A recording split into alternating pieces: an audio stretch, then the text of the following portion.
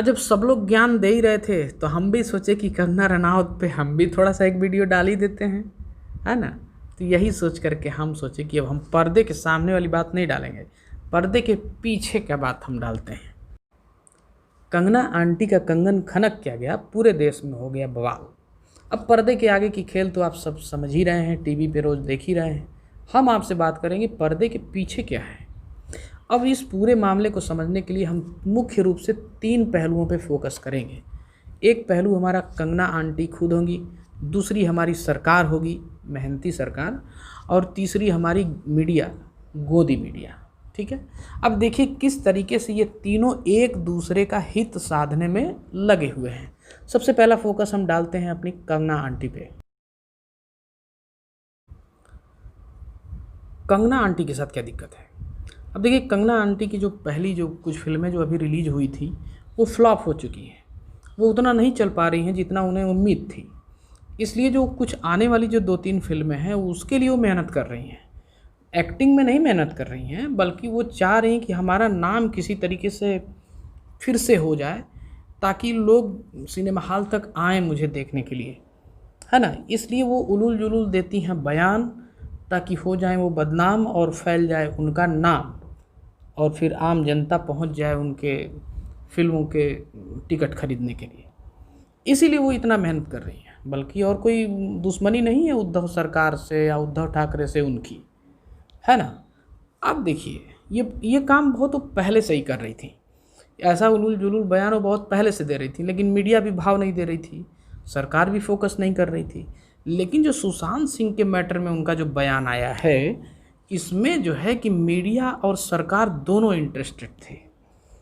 अब जरा बात कर लेते हैं अपने सरकार की।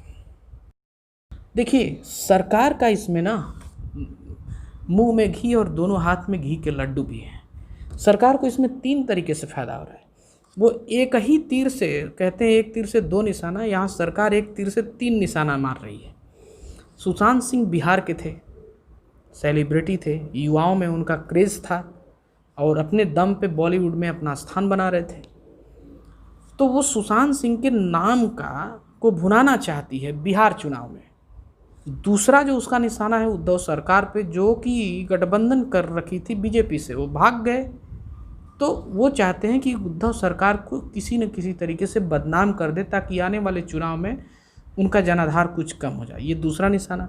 और तीसरा निशाना ये है सरकार का कि आम जनता का ध्यान असली मुद्दों से कैसे भटकाया जाए। इसलिए आप देखते होंगे टीवी में एक के बाद एक मुद्दा चला आता है। न कभी बेरोजगार की बात चलेगी टीवी में, न स्वास्थ्य सुविधाओं की बात चलेगी टीवी में, न कोरोना वायरस के संकट के डिबेट पे न बात चलेगी, न जीडीपी पे बात चलेगी, सिर्फ उलूल जुलूल बातों पे बात चलेगी। आप टीवी तो देखते ही होंगे, उस पर हम क्या व्याख्यान करें। तो सरकार का 3 काम यहाँ हो रहा है। एक तो बिहार चुनाव में भुनाना चाहती है सुशांत सिंह के मैटर को, उद्धव सरकार को बदनाम करने। हालांकि संजय राउत ने जो कंगना रनावत को बोला है, मैं उसका समर्थन नहीं करता, वो नहीं बोलना चाहिए था उन्हें। उन्होंने तो मौका दे दिया कंगना को, फुल टॉस डाल करके लो छक्का मार दो, है ना। और तीसरा जो है कि वो जनता को का ध्यान असली मुद्दों से भटकाना चाहती है। अब ज़रा बात कर लेते हैं हमारी महान गोंदी मीडिया की। अब सरकार का मंशा के अनुसार मीडिया काम कर रही है, जनता के मंशा के अनुसार नहीं। जनता की समस्याओं से उसका कोई सरोकार नहीं है, वो बस सरकार की मंशा को देख रही है। सरकार चाह रही है कि जनता असली मुद्दों को न जाने, तो वो नहीं दिखाएंगे।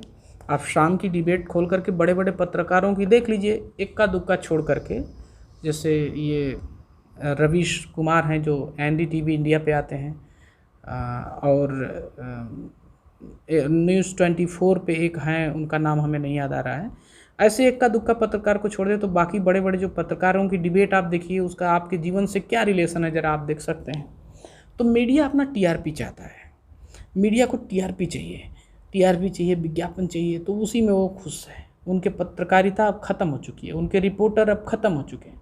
अब आप कभी मुश्किल से देख पाते होंगे कि कोई रिपोर्टर कहीं से रिपोर्ट कर रहा है, किसी गांव से रिपोर्ट कर रहा है, किसी परेशानी वाली जगह से रिपोर्ट, ग्राउंड जीरो से रिपोर्टिंग ख़त्म अब हो गई है लगभग।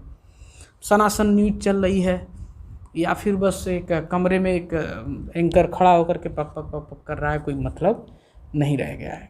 तो इसलिए देखिए तीनों का हित एक दूसरे से सध रहा है। ये पर्दे के पीछे का मेरा ख्यालात है, आपका भी अपना कुछ ख्यालात हो सकता है। हालांकि मुझे जो दिखा मैंने वो बोला। फिर अब चलते हैं, मिलेंगे फिर कभी अगले वीडियो में।